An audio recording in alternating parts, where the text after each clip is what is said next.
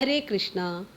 ദൈവത്തിൻ്റെ സ്വന്തം നാട് എന്ന് നമ്മൾ അഭിമാനിച്ചിരുന്ന നമ്മുടെ സ്വന്തം നാട് കേരളം വെളുത്ത് ഇരുട്ടുമ്പോഴേക്കും നമ്മൾ കേൾക്കുന്ന വാർത്തകൾ വിശ്വസിക്കാനേ ആവുന്നില്ല. ഒരു വാർത്ത കഴിഞ്ഞാൽ അതിനെ കവച്ചു വെക്കുന്ന മറ്റൊരു വാർത്ത. ഇതിന് എന്നിനി അറുതി വരും?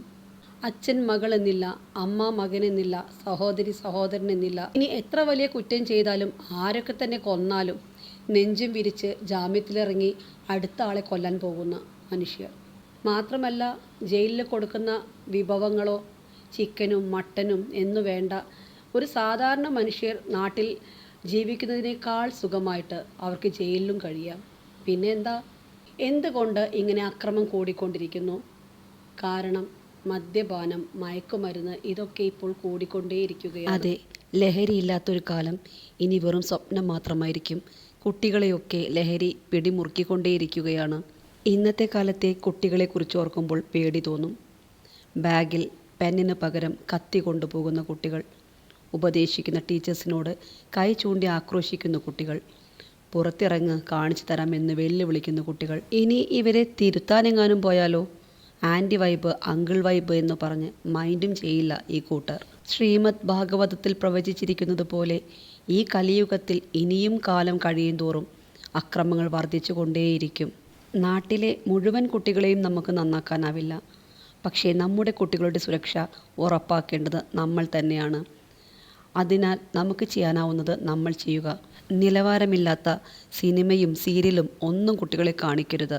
ഇന്ന് നമ്മൾ കുടുംബസമേതം ഇരിക്കുന്നത് ടി-വിയുടെ മുന്നിൽ സിനിമ കാണാനോ സീരിയൽ കാണാനോ ഒക്കെ ആയിരിക്കും. അതിലുള്ളത് മുഴുവൻ അവിഹിതവും മദ്യപാനവും അക്രമങ്ങളും മാത്രമായിരിക്കും. ഇതിലെന്തെങ്കിലും കുട്ടികൾക്ക് ഗുണം ചെയ്യുന്ന കാര്യങ്ങളുണ്ടോ? അക്രമവും അവിഹിതവും മദ്യപാനവും മയക്കുമരുന്നും ഇതൊക്കെ കണ്ട് വളരുന്ന കുഞ്ഞുങ്ങൾ, ഇതാണ് കുട്ടികളെ വളരെയേറെ സ്വാധീനിക്കുന്നത്. ചെറുപ്പത്തിലെ ക്രിമിനൽ മൈൻഡുള്ള ഒരു കുട്ടിയുടെ കുടുംബാന്തരീക്ഷം ശ്രദ്ധിച്ചാൽ മനസ്സിലാക്കാനാവും. നല്ലൊരു കുടുംബാന്തരീക്ഷമായിരിക്കില്ല ആ കുട്ടിക്ക്. നല്ലൊരു കുടുംബാന്തരീക്ഷത്തിൽ വളരുന്ന ഒരു കുട്ടി ഒരിക്കലും ക്രിമിനൽ ആവില്ല. നമ്മുടെ കുട്ടികൾക്ക് വേണ്ടി ശ്രദ്ധിക്കേണ്ട കുറച്ച് കാര്യങ്ങൾ പറയാം. കുട്ടികളെ തീർച്ചയായും ഭക്തിമാർഗത്തിൽ കൊണ്ടുവരിക. നിങ്ങൾക്ക് ശ്രദ്ധിച്ചാൽ മനസ്സിലാകും. ഒരിക്കലും ഒരു ഭക്തിയുള്ള കുടുംബത്തിലെ അച്ഛനമ്മമാരെ അനാഥ മന്ദിരത്തിൽ കൊണ്ടാക്കില്ല ആരും. ആ മക്കൾ മാതാപിതാക്കളെ പൊന്നുപോലെ നോക്കും. ആ മക്കൾ മാത്രമല്ല, ആ കുടുംബത്തിലെ എല്ലാവരും മുതിർന്നവരോട് ആദരവും ബഹുമാനവും സ്നേഹവും ഉള്ളവരായിരിക്കും.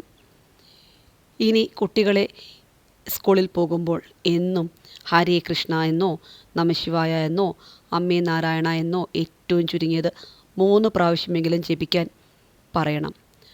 എന്നിട്ട് ആ വീട്ടിലെ മുതിർന്നവർക്ക് ഉമ്മ കൊടുത്ത് കാല് തൊട്ട് തൊഴുത് സ്കൂളിൽ പോവാൻ ശീലിപ്പിക്കണം.